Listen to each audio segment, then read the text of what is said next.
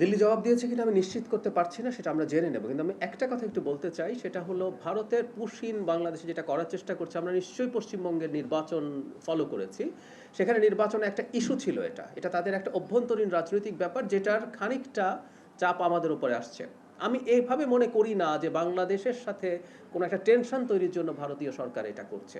পশ্চিমবঙ্গে যে নতুন সরকার দায়িত্বে এসছে নির্বাচিত হয়ে, তাদের নির্বাচনের এক ধরনের প্রতিশ্রুতি ছিল, তাদের একটা রাজনীতি আছে, সেটারই এক ধরনের বহিঃপ্রকাশ এটা।